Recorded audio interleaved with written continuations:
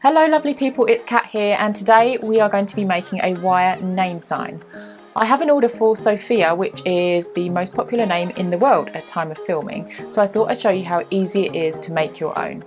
So simple, classic and very inexpensive. You will need some 3mm wire in your choice of colour. This is light gold, it's freely available on Amazon. If you're doing one name, I would get 3 meters to be on the safe side. You'll need a printout of the name that you're doing, and it needs to be in a continuous font. This is a little bit funky, so I'm going to kind of like raise the bar on the F up a little bit, which is easy to do. Just make sure it's continuous all the way along, because your wire is continuous. And then you'll need some rubber coated pliers because you are going to be working with the bare metal, so you can't have any nicks in the metal of the wire. And then you'll need some wire cutters. These are actually needle nose pliers, but you need just to cut a bit, or some wire cutters just to cut the wire at the end. Let's get into it. Such a gorgeous colour. So I'm going to take one end of the wire and have it on the desk with me, and then I'm going to just tease out the wire so it's a little bit less like a slinky and more like a line until you have a couple of meters, and then I'm going to take the rest of the wire and put it on the floor. Otherwise you're going to be scratching all over the place, scratching walls and everything, so put this part on the floor, and that seems to be a nice base for the whole thing. Then I'm going to look at my template and just go around, and just starting from the S here, look, I'm just gonna use that as a guide. And the key with the wire ones is just to get all of the kinks out that you can see. I'll show you what I mean. Okay, so this bit seems just like a little bit too much of a straight line for me, so I'm just going to make sure that's a bit more curly, and you can always adjust at the end as well. I'm going to keep on going round. Obviously this is not to scale because we want it bigger, because it's going to go on a lovely nursery or kids room wall. You can get too faffy with it. Sometimes you just need to stop and move on. So with the O, for example, if you have it where a piece of wire needs to bend back over, just do that. When you pull that together tight, you're going to have like a bubble there. So I'll show you what I mean. You need to just squeeze that tight like that. Okay, and that's going to be the start of your O.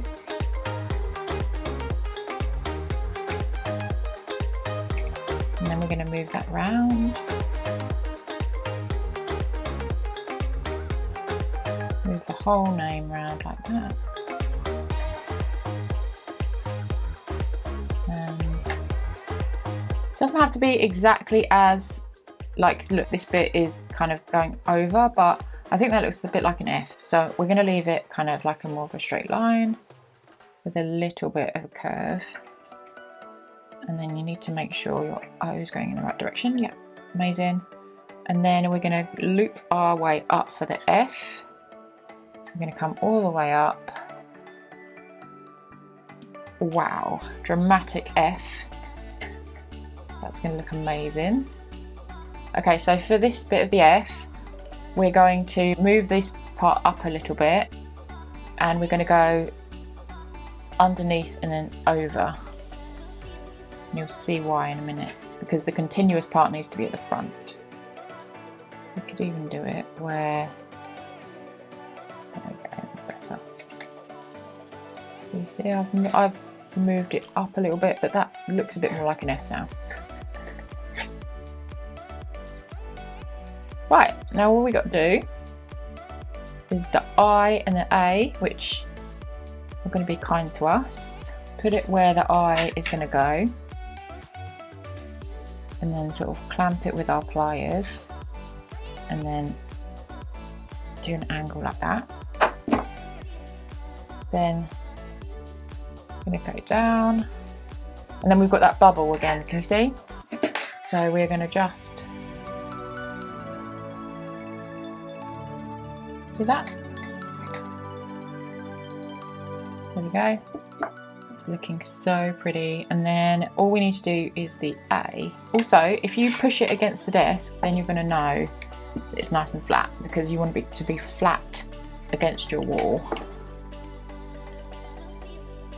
So I've done the curve of the A now, and then we're going to go back on ourselves. So remember, you're going to hold, clamp, and then pull as much as you can. Pull back over, and then I do this bit with my fingers. And the good thing about these rubber pliers is you don't get any nicks on the metal at all, which you would get with normal pliers.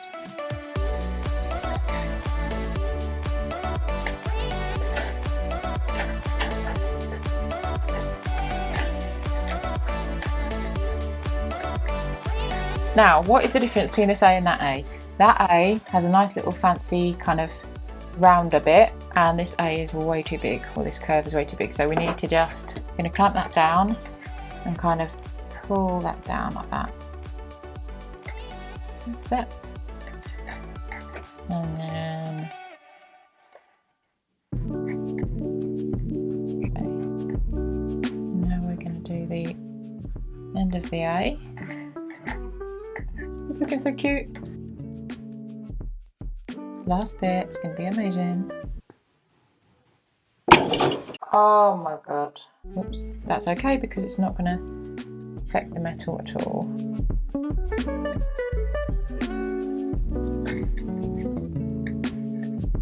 We're nearly done. Now, where you think the end is going to be, or where the end is, you can just cut about here. Perfect. And then I think the A is a little bit long actually, so I'm just going to cut. Whoop, sorry. And there we are. If you're wondering how to attach your sign to the wall, it's with these little beauties. They're brass wall pins, and you can get them from Amazon, and you'll only need one here and one in the O just to keep it discreet. So pretty. Let me know what you think in the comments and what name you are going to make. If you like this video, please give it a thumbs up. I would absolutely love that. And subscribe to my channel if you haven't already.